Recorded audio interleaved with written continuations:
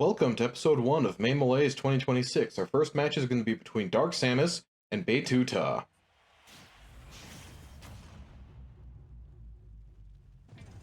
So this is the postseason to the April Anger 2026 tournament season.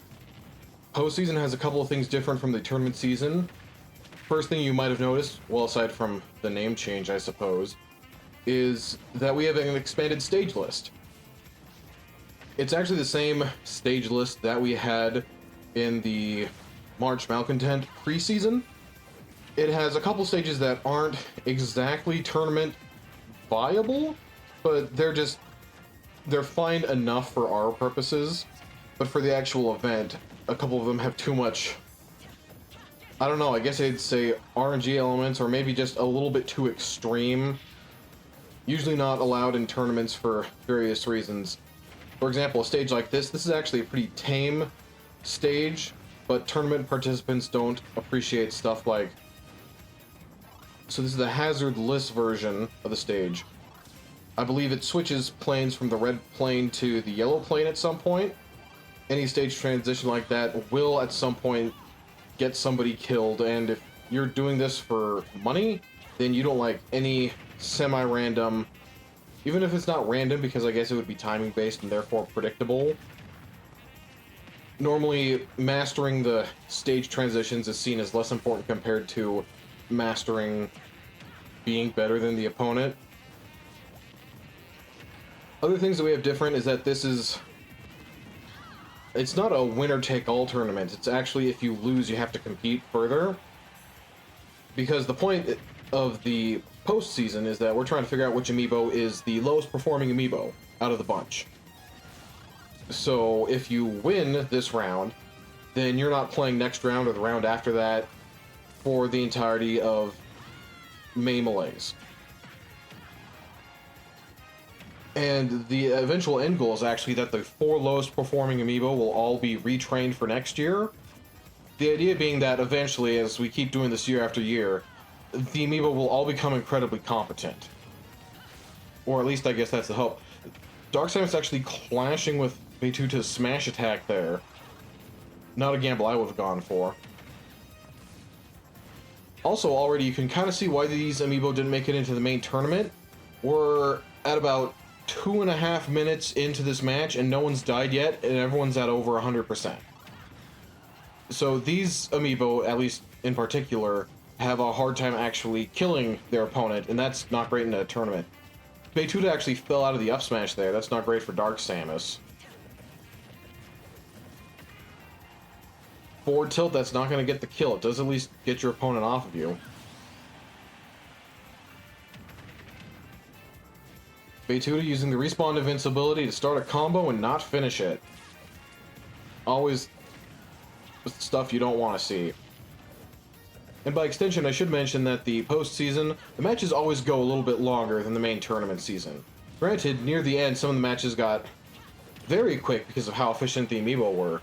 Dark Samus still not dying at 180%. Okay, a spike will do it.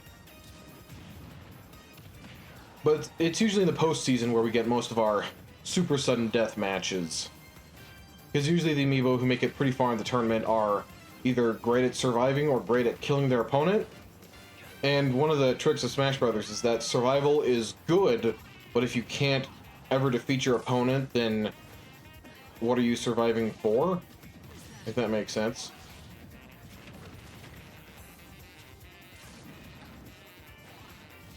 Now, I will say it does look like this stage doesn't transition to the yellow airplane. I guess that's only on the hazards on version. Although I do know that some of the hazards in the background, even though this is hazards off, for example, when the plane flies by the enormous cliff face, the enormous cliff face does have a hitbox. And that's actually kind of by necessity. If they were to take out the hitbox of the cliff face, then you would just have a character who would randomly clip through the environment. It does fly by pretty fast, so it can be hard to notice if you don't know it's there. And quite honestly, a lot of players have played on this stage and not even realized because, well, you have to get thrown off the plane at the right timing.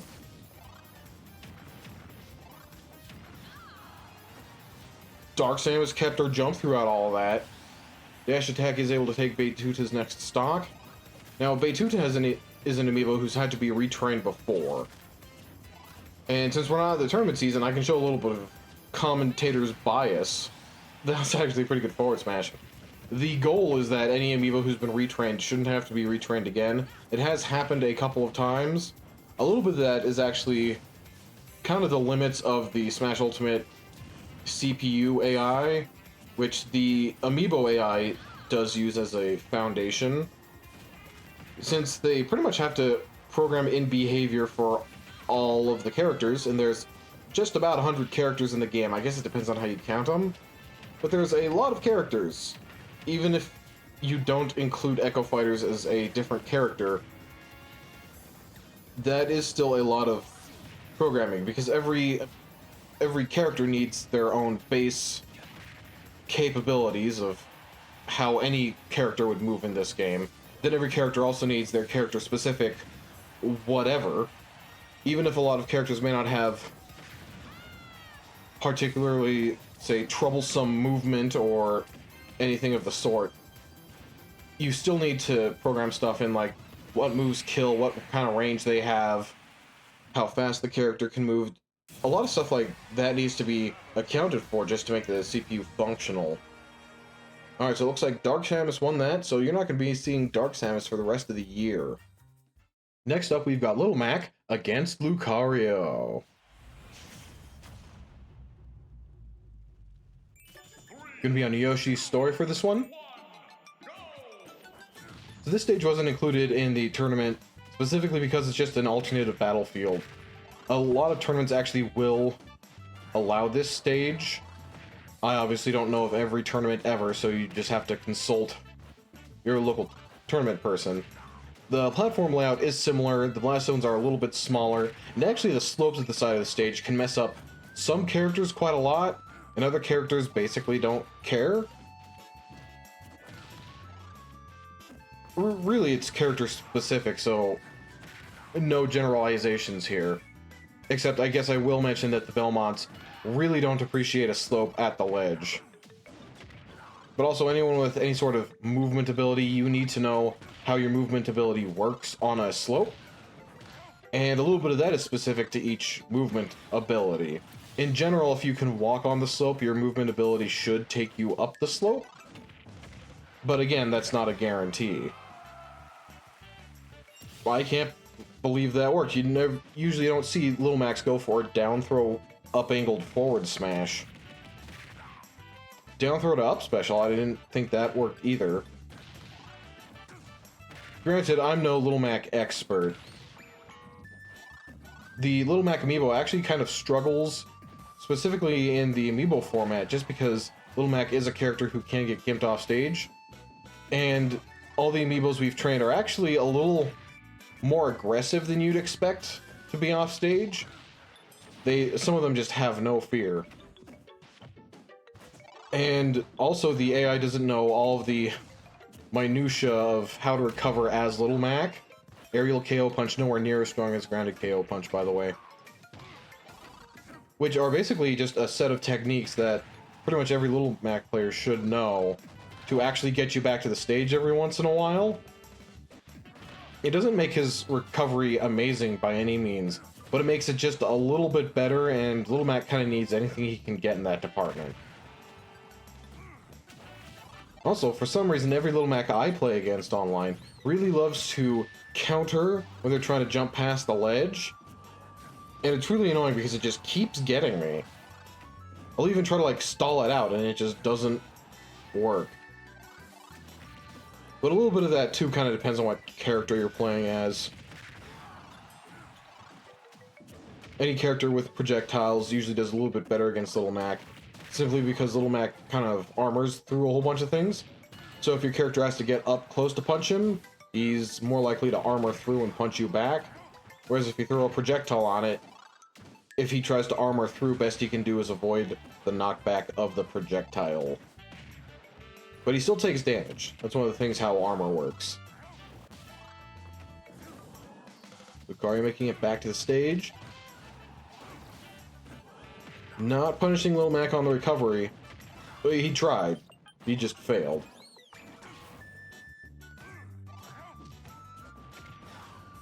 Back throw, not quite killing Lucario. Little Mac doesn't have amazing throws. So normally you'd think you can just shield everything he does, and you can shield some of his stuff. However, his attacks hit hard, and he has a shield breaker.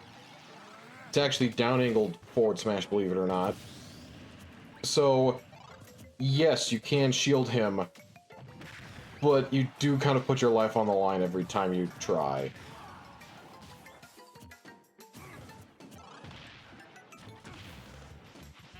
Two hits getting Little Mac to 40%.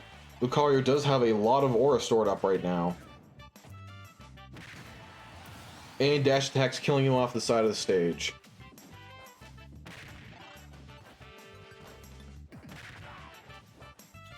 Three forward smashes, 2 out of 3 connect.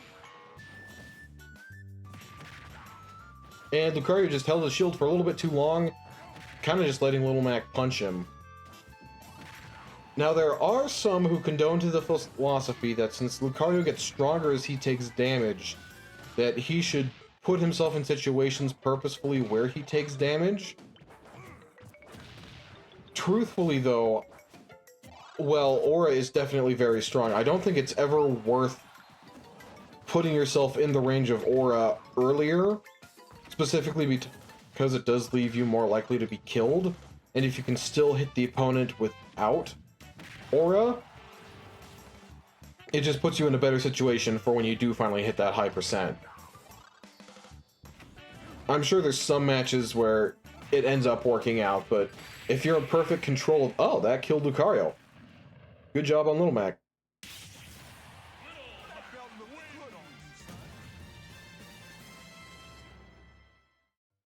And that brings us to Dark Pit against Mythra.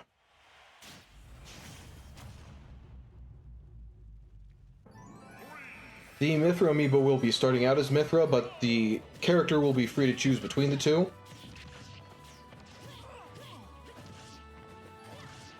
Dark Pit with an unfortunate tech roll near the ledge. You have to go through your whole rolling animation, but you don't get any of the movement associated with it because you are stuck at the ledge.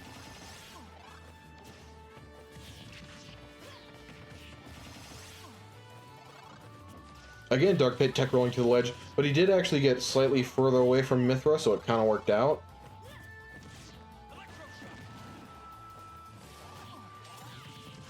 Up smash, not quite killing, although Mythra did just switch to Pyra, so a lot of random attacks will just kill, and she switched back to Mythra. Dark Pit probably should have gone for a forward smash there. The left blast zone is especially close on this stage, simply because the boat is so long, it peaks out farther than you would expect most stages to.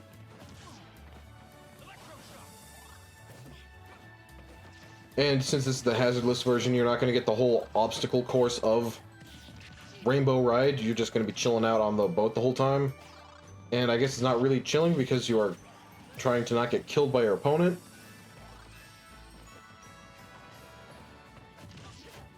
Dark Pit with a great tech on the wall.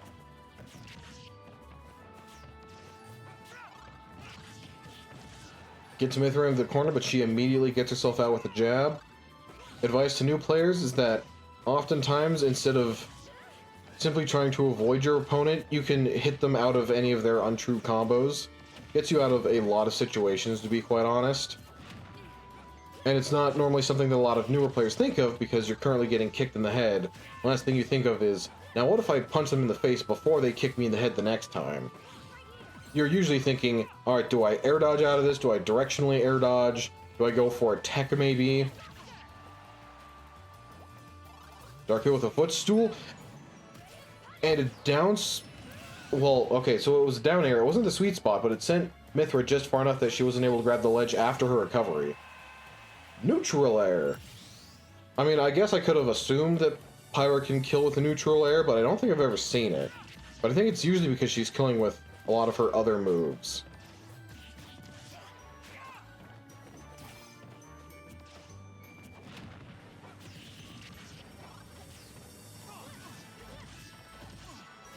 Dark Pit getting carried off stage? Never mind, he makes it back.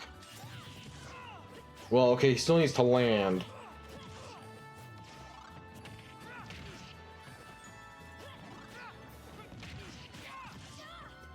Down throw to up smash. Usually that doesn't connect. That might have been percent specific. Some combos are just like that. There are a lot of combos a character can perform, but they apply in such a small percentage range that you never get to really see them or use them. Simply because it's usually just not worth a player's time to memorize a specific combo to get an extra 7% damage on their opponent in a specific range, when they could instead work on stuff like their fundamentals, their ability to perform under pressure, their ability to master harder combos, stuff like that.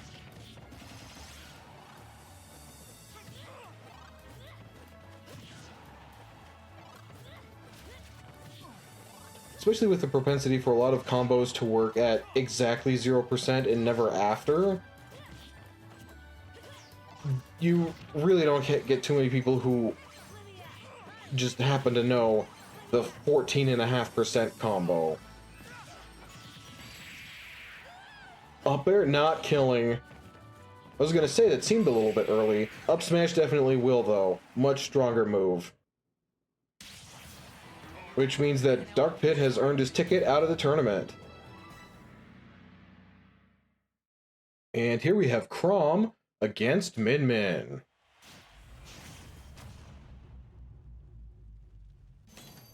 Gonna be on small battlefield for this one.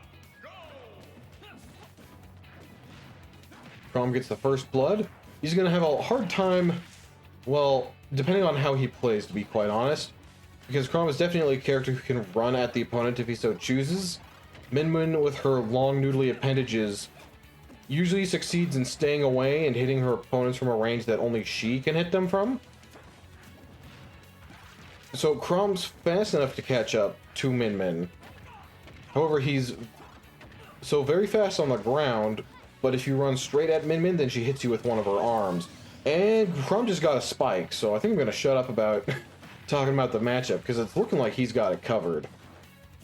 Able to make it back to the stage even.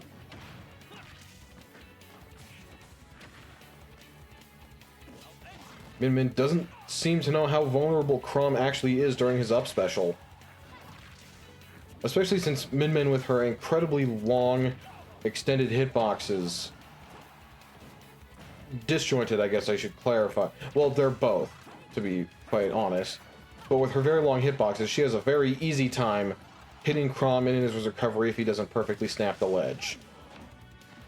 Chrom actually grabbing the ledge, unable to kill Min Min.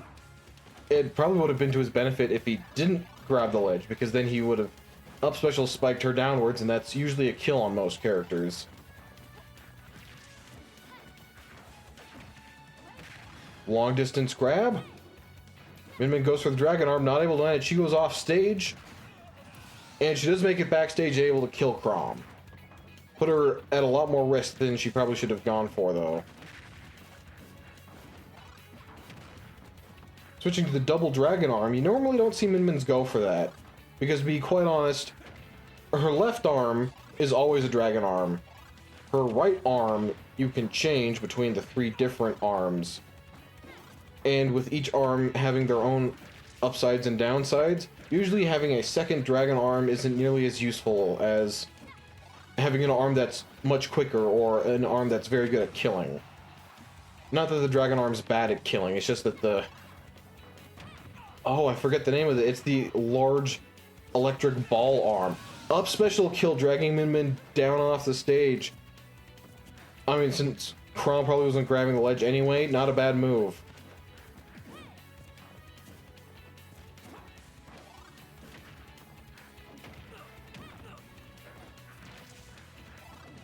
Min Min air dodging back to the stage, but instead of grabbing the ledge, she actually lands, getting her grabbed. Chrom doing a good job of staying right in Min Min's grill, which is kind of where she struggles the most. A lot of her moves don't naturally just hit around her, but with her arms being so long and all.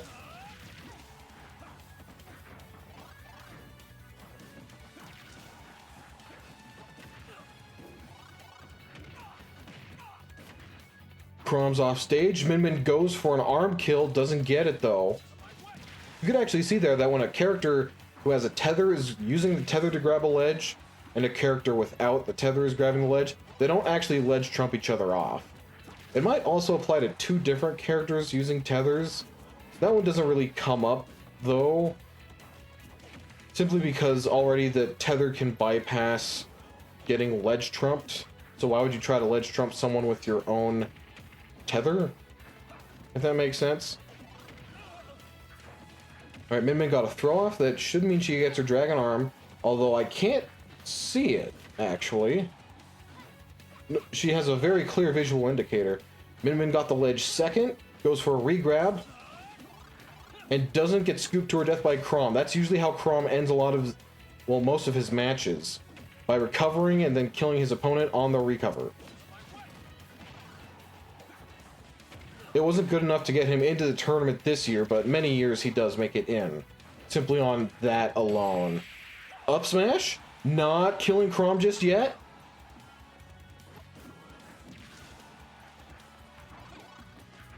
Both characters trying to get the last hit. Up smash on the platform. The second time, barely killing Chrom. Which means you'll be seeing Chrom again. And now we have Mewtwo against Richter.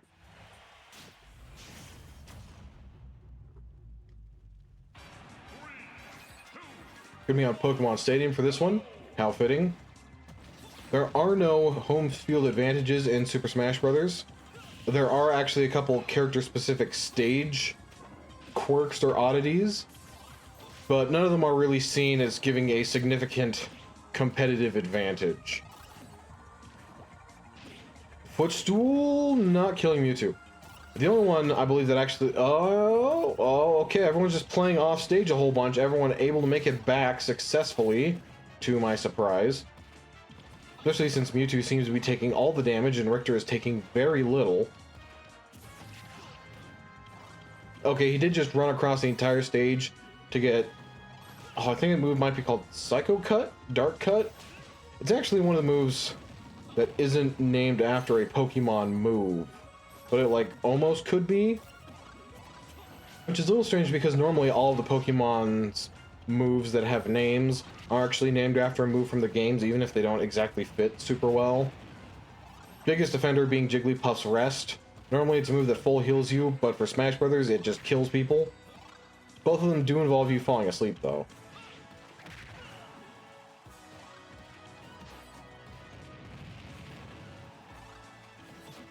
Richter recovering. He did use his double jump there, though, which is a little risky if you don't have to use it, because as a Belmont, you need all of the recovery assets you have available to you.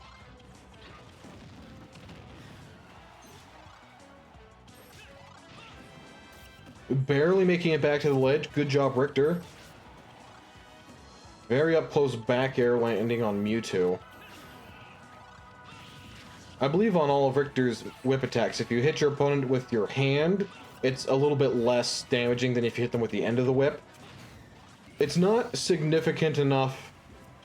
Well, okay, so it's not as significant as, for example, Marth's tipper mechanic. However, it is still there.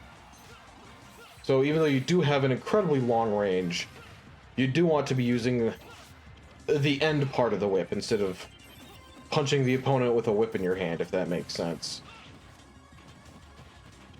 There actually are quite a lot of attacks like that in, well, the Smash Bros. Series as a whole, but today we'll be talking about in Smash Ultimate, where there will be a sour spot of the hit, but it usually just does 1 or 2% less damage and slightly less knockback as well. Enough to obviously reward hitting the correct part of the attack, but not enough to be debilitating without it. Richter whipped the wrong way and he got jabbed for his... I was going to call it his hubris, but I guess it's just his lack of coordination. He was wrong. Mewtwo suddenly struggling to land anything, does get a forward air, gets his first kill on Richter. Richter going for the up throw, and then jumping up after Mewtwo, despite the fact that his up smash covers an incredibly tall vertical range. Trying to use dash attack to catch up to Mewtwo. Doesn't really work that way.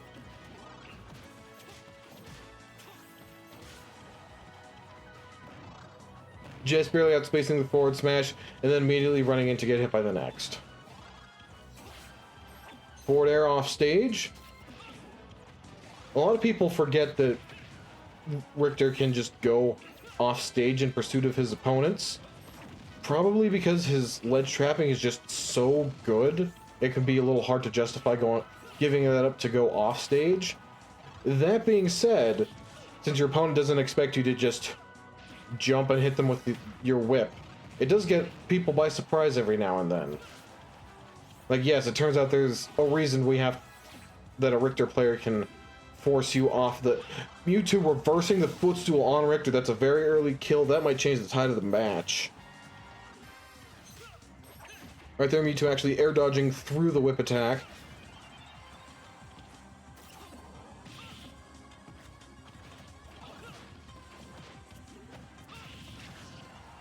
The up special doesn't kill most characters on most stages until about 140 or 160%. Mewtwo is a little bit of a lighter character, but unless your opponent DIs it terribly, from ground level it's just very tough to kill with. Again, because of the DI angle. If they were to DI it directly up, then it would be a lot better at killing. Considering it's Richter's fastest option out of shield, I believe, it's good for getting damage on the opponent, but again, unless your opponent just doesn't know they can DI the move, then you're usually not going to be killing with it.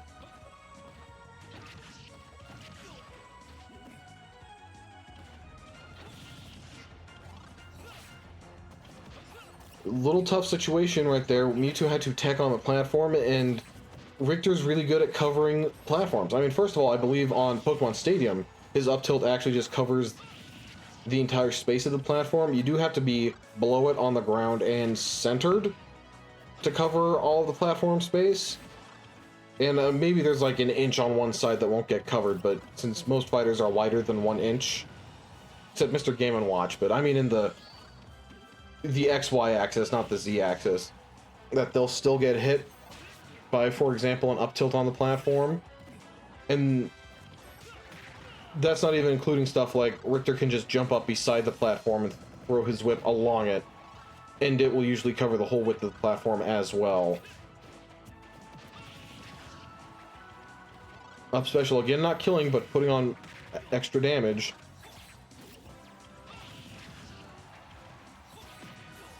Barely missing with the whip there. That actually got him hit by Mewtwo's tail. Now, Mewtwo has a Shadow Ball charged up, but the amiibo seem to have a hard time. They really love charging their projectiles, and then once it's charged, they're very hesitant about actually throwing them.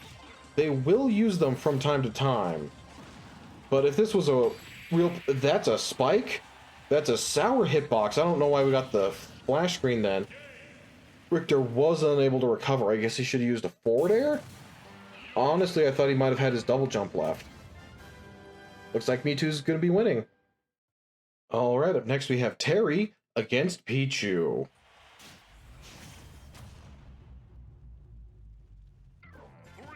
Going to be on WarioWare for this one. Again, stage hazards are turned off, so we won't be getting any mini-games. However, something to know about this stage is that the side blast zones are actually pretty close to the stage. So when the camera pans out, the blast zones are effectively just outside the camera's range, which is a lot closer than most other stages, to be quite honest. Aside from, you know, stages with walk-offs. Then there's actually a pretty tall vertical blast zone. I'm not sure if it's bigger than most other stages when you're on... compared to when you're on the top platforms.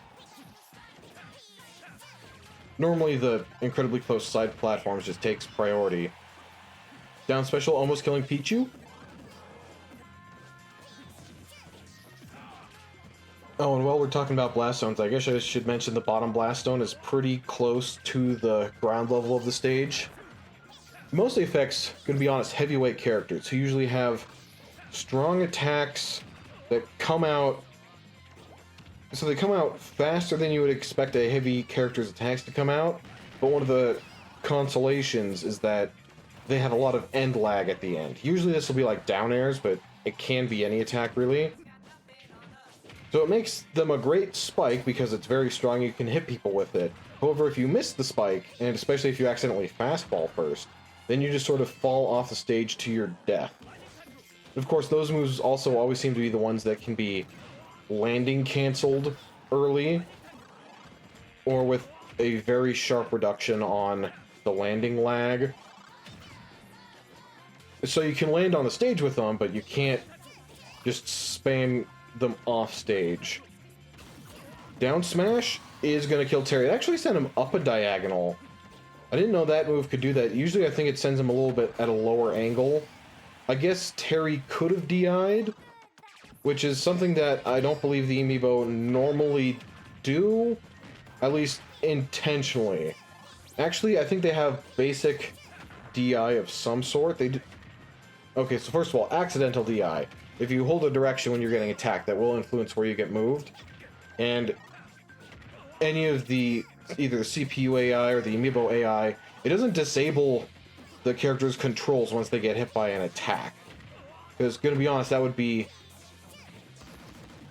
a lot of work to make something that is strictly to the detriment of the AI opponents. And depending on how their AI is actually set up, it does mean they can DI stuff poorly. I do believe they have general rules for DIing out of combos and stuff like that, but I don't know any specifics. I mean, for all I know, it might actually be a little bit random. That is a function they have in the training mode of the game, so I guess it would be a shame to not reuse it, even if a little.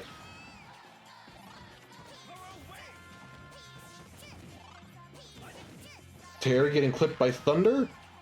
Using his up special to get past Pichu. So when Terry uses his up special, the rising tackle, his legs are actually intangible. And that's actually basically because whenever he tries to grab the ledge, if his legs weren't intangible, you'd be able to ledge trap him every single time. Because his grabbing the ledge hitbox is actually based off of where his arms are. And for his up special, he actually flips upside down to do an upwards facing double kick.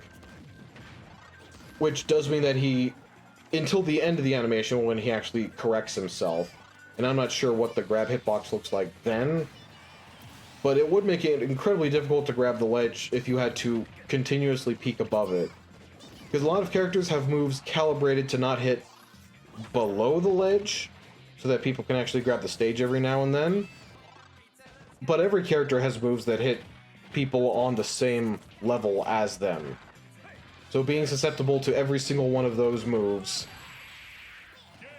Jab Jab Power Dunk is able to kill Pichu. A little bit sooner than I was expecting, but that just goes to show that the side blast zones are just that close. Also, Power Dunk's a pretty strong move. And now we have Toon Link against Sonic. 3, 2, 1, go! Gonna be on the Super Mario Bros. U stage. A very interactive stage with a lot of elements that we will not be seeing because, once again, this is Hazards Off. It is actually probably one of the largest stages we have in the preseason stage set. None of it is too egregious. However, if there were human players involved, someone with a faster character could absolutely circle a camp an opponent. The amiibo don't do that, so we've allowed it. But some people will just do anything in order to win. I actually have a casual group I play with sometimes, and I had to start putting us on the tournament legal rule set because one person kept going, well, to be honest, he kept going Jigglypuff and flying around and, well, kind of running away constantly, which, to be fair, is how you basically have to play Jigglypuff. But this was also in a casual setting, and we needed the matches to just go faster. So I had to put us on the tournament legal rule set so that less running away was capable of happening. Back air is going to be killing Sonic. But yes, on a stage like this, with mostly it would be a problem with the two upper platforms. Since a lot of characters can't effectively approach, especially not at that speed, a faster character could absolutely just jump from one platform to the other and be incredibly difficult to hit. Like, obviously any character could hit them with the glancing blows, but not every character has, oh, I don't know, a kill confirm out of an aerial, or a killing aerial. And if you get one of those characters who doesn't have those, then the match just goes incredibly long, because your character has kill moves, you just can't hit the opponent with any of them.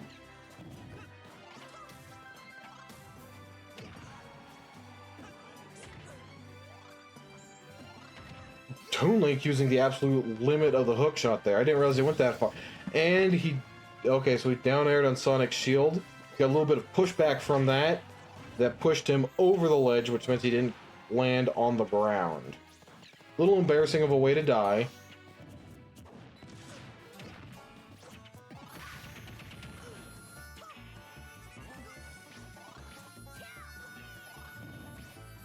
Toon Link almost going for a down air again. This time he didn't, and he's alive to tell the tale.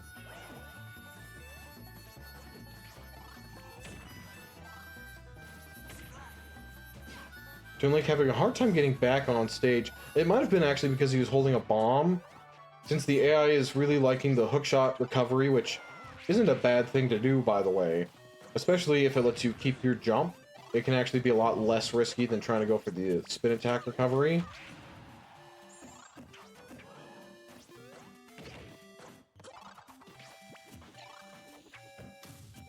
Toon Link landing on the stage this time. Barely grabbing the ledge. Actually faded away just enough to not get hit by Sonic's down smash there.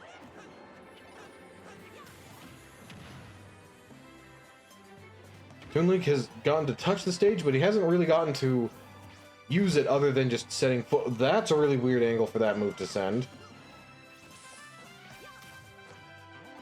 Push back from down air, sending Sonic off stage. Sonic has a pretty good distance recovery, so he didn't have a problem making it back. Down air beats up smash, at least when you have a pretty long sword coming out. Toon Link having a perfect combo there, but he used down air, one of the few moves that wouldn't actually have killed Sonic in that situation.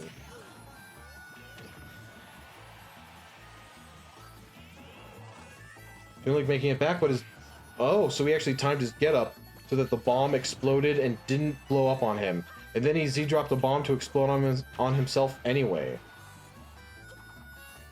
Boomerang off stage, don't normally see that. Almost got Toon Link killed. Back air is able to take Toon Link's second stock. One stock remains. And considering how the pace of this fight has gone, we might be going to sudden death.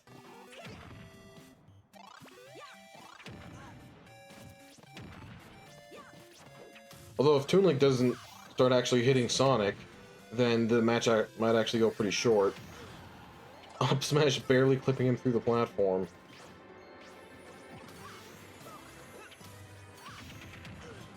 Yet another up smash connecting.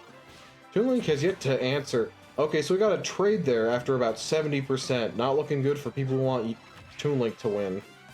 Also, I may have called him Young Link at least once this match. If so, I apologize. Cool recatch on the bomb there. Didn't do anything productive with it, though. Up smash, not quite enough to kill Toon Link yet. Down air near the edge is able to kill Sonic. That is actually important because now Sonic doesn't have the rage building up. But also, Toon Link's damage is building up, so Sonic might not need it pretty soon. Unless Toon Link pulls out a really cool combo that does a lot of damage out of nowhere. I mean, I guess we've seen weirder. Oh, but that up smash will be killing Toon Link. Which means Sonic has earned his ticket out of the tournament. Last match of the episode is going to be between Fox and Mii Swordfighter.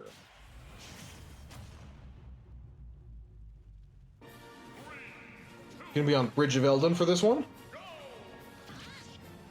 Immediate forward smash connecting with Fox. He's actually at 30%. That's a lot of damage. Well, you know, for two moves to deal out. I guess each move would only have to do an average of 15%, but still. Especially since Fox is a pretty lightweight character.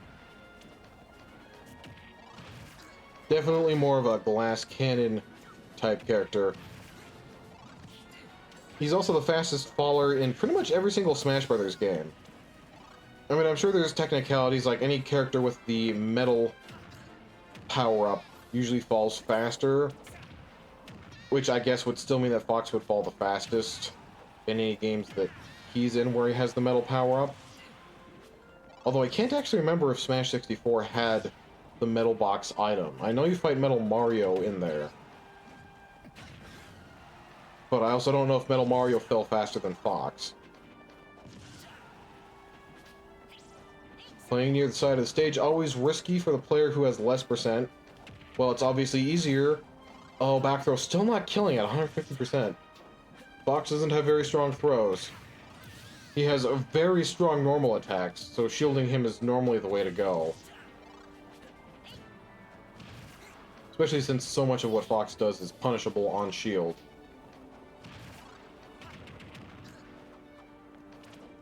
But yes, when you're on a walk-off, playing near the side of the stage, it is very easy to get either back thrown or any sort of reversal sort of move to get very easy and quick kills. So it's actually to the advantage of the player at the higher percent, because even though you will die easier, it suddenly puts you in a position where you can threaten being able to kill your opponent. Whereas if you were at the center of the stage, you would be in mortal danger and your opponent would not be in danger. It's a little bit more of a casual strategy, mostly because of it being a walk-off, to be honest. You do get a smaller version on competitive stages where you can just hang out near the ledge. And Mii Swordfighter learning the hard way what happens if you get dragged off too far off the side of the stage. Fox only able to connect 2 of the up tilts. A little surprising there. Normally you can get like 5.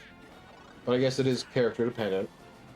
Tech rolling away towards the side of the screen. Who landed a back air? I think Fox landed the back air. Well, now I know he did. Very early kill.